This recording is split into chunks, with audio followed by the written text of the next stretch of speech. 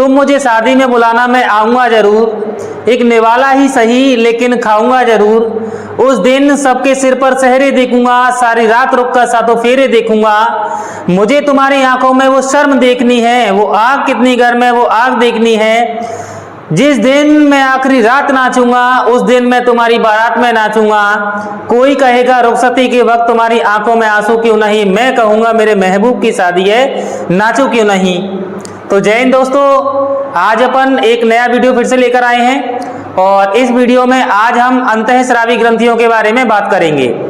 यानी मनुष्य के अंदर कौन कौन सी अंतःस्रावी ग्रंथियां पाई जाती हैं और उन अंतःस्रावी ग्रंथियों से कौन कौन सा हार्मोन निकलता है।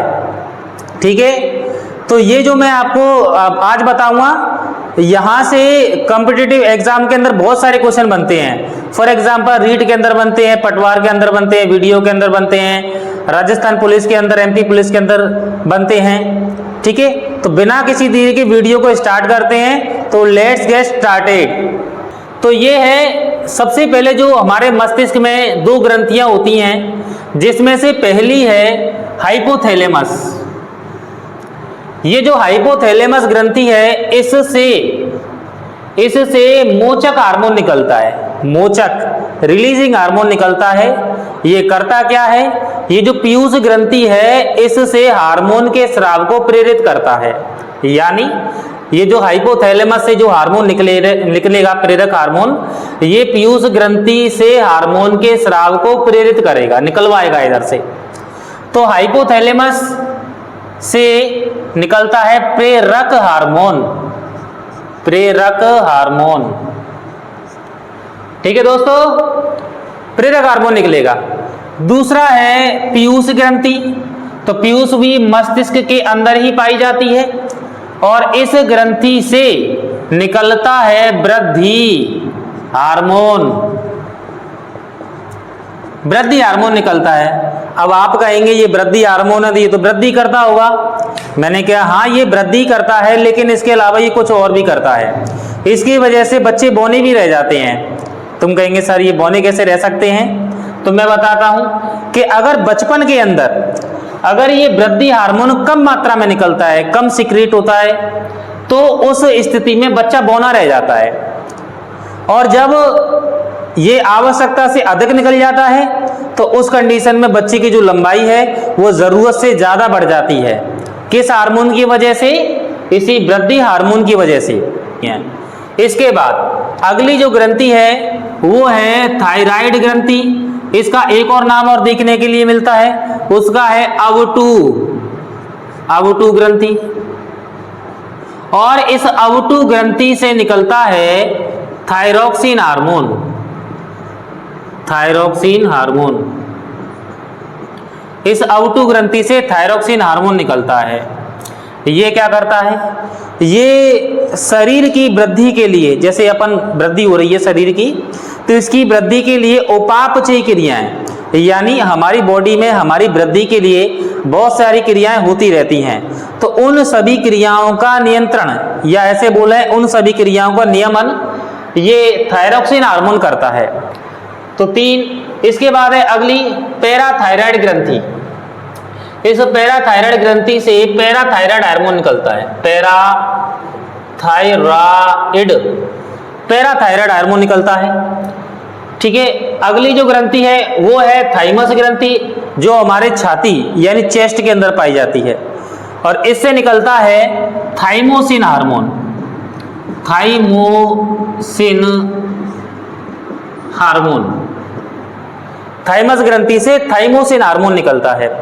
इसके बाद अगली जो ग्रंथि है वो है अधिवृक्क ग्रंथि और इसका एक और नाम देखने के लिए मिलता है एड्रीनल ग्रंथि। ये कौन सा हार्मोन निकालती है, ये निकालती है एड्रीनलिन हार्मोन, नलीन। तो जो अधिवृक्क ग्रंथि है, ये जो एड्रीनल ग्रंथि है वो एड्रीनलिन हार्मोन निकालती है। और इस हार्मोन ये जो हार्मोन है ये हमें संकटकालीन परिस्थितियों से बचने के लिए शरीर को तैयार करता है। जैसे जब हम किसी संकट में आ जाते हैं, किसी इमरजेंसी में आ जाते हैं, किसी खतरे में आ जाते हैं, तो हमारे शरीर में उस वक्त बहुत सारे परिवर्तन होते हैं, जैसे हृदय का धड़कना, सांस का जल्दी जल्दी चलना, या पसीना आ जाना, रक्त का तेज बहना। तो ये सारी क्रियाएं कौन करवाता है? ये एड्रीनलिन हार्मोन करवाता है। इन सब के करने से, यानी संकटकालीन परिस्थिति में, इमरजेंसी की कंडीशन में जो हमारी बॉडी में जितने भी परिवर्तन होते हैं, वो सारे परिवर्तन मिलके सजीव को उस समस्या से निपटने के लिए तैयार करते हैं। यानी उस समस्या से निपटने के लिए सजीव या तो उससे लड़ेगा, उस संकटकालीन परिस्थिति से, या फिर वहां से भाग जाएगा, या फिर उसे डर लगेगा। ठीक है, ये तीन चीजें होती हैं। इसके बाद है अग्नाशय ग्रंथि। अग्नाशय ग्रंथि से निकलता है इंसुलिन हार्मोन। इंसुलिन हार्मोन निकलता है। इस इंसुलिन हार्मोन की कमी से इंसान को डायबिटीज हो जाती है। डायबिटीज, जैसे बीमार लोग हो जाते हैं ना, डायबिटीज यानी शुगर की जिनको बीमारी हो जाती है, तो ये जो है इंसुलिन हार्मोन की वजह से होता है। अगर अग्नाशय ग्रंथि से इंसुलिन हार्मोन कम मात्रा में निकलता है तो उस कंडीशन में व्यक्ति को डायबिटीज हो जाती है। बच कह सकते हैं। यानी इसका उपचार क्या है? तो उपचार इसका ये है कि जो रोगी व्यक्ति होता है वो इंसुलिन के इंजेक्शन या फिर दवाइयाँ लेता है। कहने का मतलब ये है कि अगर अग्नाशय ग्रंथि से इंसुलिन हार्मोन कम निकल रहा है तो हमें और इंसुलिन लेने की आवश्यकता है। या तो अपन इसे बाहर से लेंगे या फिर इसी से निकलवा सकते हैं। ठीक है, हालांकि इससे निकलता नहीं है, हमें बाहर से ही दवा या इंजेक्शन लेने की जरूरत होती है।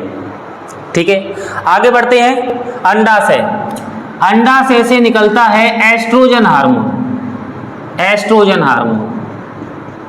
Oestrogen hormone. ये जो एस्ट्रोजन हार्मोन क्या करता है? लड़कियों के अंदर जो लड़कियों वाले लक्षण दिखाई देते हैं, जैसे आवाज का पतला होना, दाढ़ी मूंछ ना आना, वैसे मेरे तो आ रही है दाढ़ी, यानी मेरे अंदर एस्ट्रोजन हार्मोन नहीं है, दाढ़ी मूंछ का ना आना, त्वचा का कोमल होना, आंतरिक अंगों में या गुप्तांगों में बाल आना, ये सभी इसी हार्मोन की वजह से होता है, एस्ट्रोजन हार्मोन की वजह से होता है। ग्रंथि, ये जो वृषण है ये पुरुष के अंदर पाए जाते हैं, मनुष्य के अंदर पाए जाते हैं, ये महिला या मादा के अंदर पाया जाता है। इस वृषण से एक हार्मोन निकलता है टेस्टोस्टेरोन। टेस्टोस्टेरोन